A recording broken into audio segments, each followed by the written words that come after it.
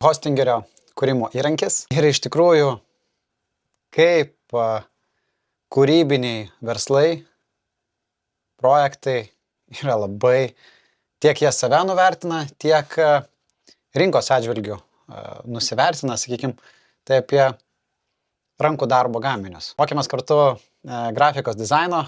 Labai smagu, kad mes dar palaikome gražų ryšį.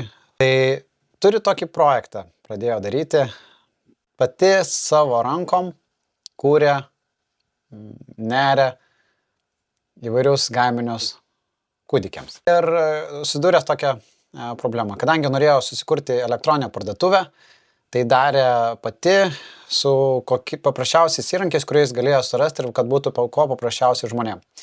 Tai darė su hostingerio kūrimo įrankiu.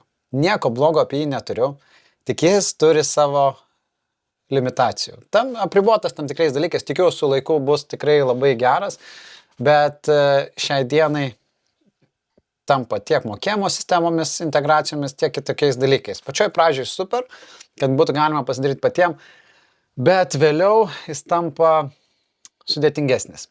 Tai migruojama dažniausiai dabar iš hostingerio į WordPressą.